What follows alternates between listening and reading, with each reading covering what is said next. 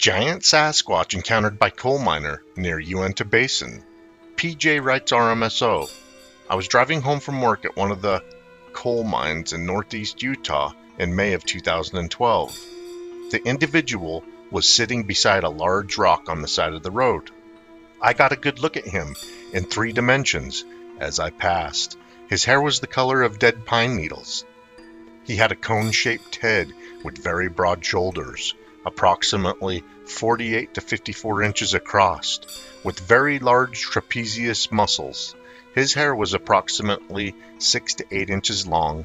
The wind was blowing and I could see the hair blowing in the wind. He did not have an undercoat like a dog or a cat would have. I saw pink skin under the fur. The rock he was sitting next to reached about midway between his elbow and shoulder. Later I went back and measured the rock. It was about 4.5 feet tall. I estimate his height seated was around 6 feet tall. I estimate standing, he would be about 10 feet tall plus or minus. His back was to me, so I didn't see his face. As I drove by, I could not see a snout like a bear would have. Plus, bears don't have shoulders. My first thought was a large gorilla, but the proportions weren't right. A few months later, I was watching the Patterson-Gimlin film on TV. When that individual walked away, and you could see her from the back, I jumped up and yelled, "That's what I saw." Since then, I've been doing a great deal of research and field work on the phenomenon. Kinda got hooked on it after my sighting. Buckland Sasquatch encountered by men searching for lost cell phone. A head-to-toe reddish-brown thing, it did a weird body turn and looked up at us. D.O. writes RMSO. I've had a couple of things happen to me. It's hard to share because I don't want to be called crazy. The first thing happened with my friend, and we both saw it.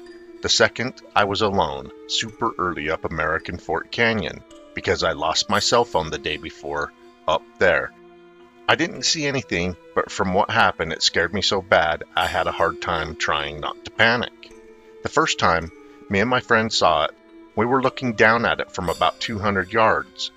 It might sound weird, but it was by Buckland Flats up Bountiful Canyon. It happened in early 2004.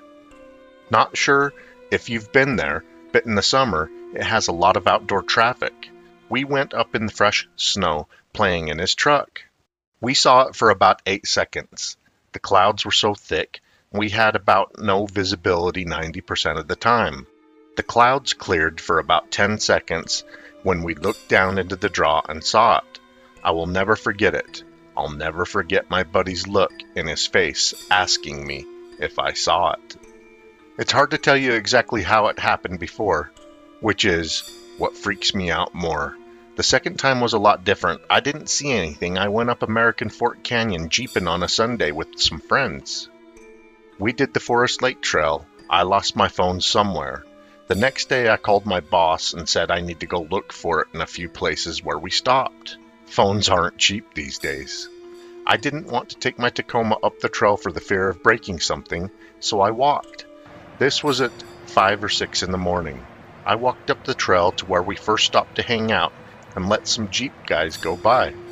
I was looking around on the ground and I heard a huge loud crack. It sounded like someone swung a bat into a telephone pole. It happened just once. Then I could hear something moving. It sounded like around 50 yards away. I'm a hunter and I know the sounds. It was too heavy to be a deer. All that went through my head was, what would have made that loud knock? Truthfully, I panicked. I started walking back down the trail, walking backwards. I could hear something moving through the trees, staying with me, but in the thick trees. It did this until I hit the turn in the trail that changed directions. I've never been so scared in my life in the mountains. I still refuse to camp at that lake. Then my friends ask why I make up an excuse. I went home and Googled all the sounds moose and bighorn sheep make. Nothing sounds like what I heard. I was where the circle is. The line is where it was following me. Thanks for listening. The few I've told laughed at me. The Bountiful Canyon incident, I have a lot more detail that make me know it was not a person playing around. I don't want my name mentioned. I get harassed enough at work for telling people. I would show you the exact place it happened. Not sure how many people contact you like this, but it's hard for me to. I watch your YouTube channel and it's taken me a while to share. I'm scared of being alone in the mountains now. I almost contacted the Utah Sasquatch guy, then I watched his videos. I don't believe him. You guys seem like good people. Can I ask where Sasquatch Canyon is so that I never camp there with my son not knowing? I don't want any more things like this to happen to me. RMSO responds, the loud wood crack is interesting and may be Bigfoot activity. I'm interested in your 2004 sighting, the one that you said you and your friend saw it. Can you be more detailed on that one? Color, height, did you see the face? Yes, we get sighting reports all the time, several a month. Seems we get at least one American Fork Canyon Bigfoot sighting or somewhere near there reported to us every year. Dio continues. I'm happy to go into detail. Have you been up Bountiful Canyon before? The canyon starts right under the bee on the mountain for Bountiful High. It was at the Buckland Flats about 6 to 7 miles up the canyon road in 2004. My friend and I are Bountiful locals. When it snows, we have always gone up to see how far we can get up the canyon.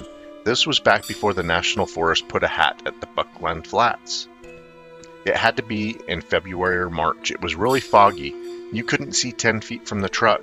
We came up to Buckland Flats, where to the left is a big pull-off for RV parking. If you turn left, it goes to where the old Ward Canyon comes up from the Jeep trail at the bottom. We were the only tracks in the fresh 8 inches of snow. We turned to the right just to be the first tracks in there. No ATV tracks, no other vehicle tracks. Then we turned out and headed up the canyon about a quarter of a mile further. It was still wide out. We came around a little curve, and for the first time the clouds broke for about 10 to 15 seconds. We looked down into the meadow about 150 yards below us. We saw a reddish-brown head-to-toe covered thing. It did a weird body turn and looked up at my friend's truck. Then, as it turned and walked up this small hill, as the clouds and fog rolled back in. At the same time, we both looked at each other with big eyes, asking if we both saw it. I went back after the snow melted months later because I wanted to stand where it did. It made the little hill look easy as it traversed. It was walking up it faster in fresh snow than I could in the dirt. Not much after we saw it, we had to turn around because we hit old snow from the previous snowfall. We talked about it as we went back down, trying to tell ourselves it was a guy, but nothing made sense. We were the first tracks in the snow. We drove down into all the places that you could park. No four-wheelers, no nothing of any sign that anyone had been there. We both didn't work on this weekday because of the weather. We both did landscaping then. It happened around 8 a.m. in the morning. The truck was where the little dots are. I don't think the one wood knock would have scared me so bad if I didn't start looking into Bigfoot after the one that we saw. Thanks for listening. It feels good to tell someone.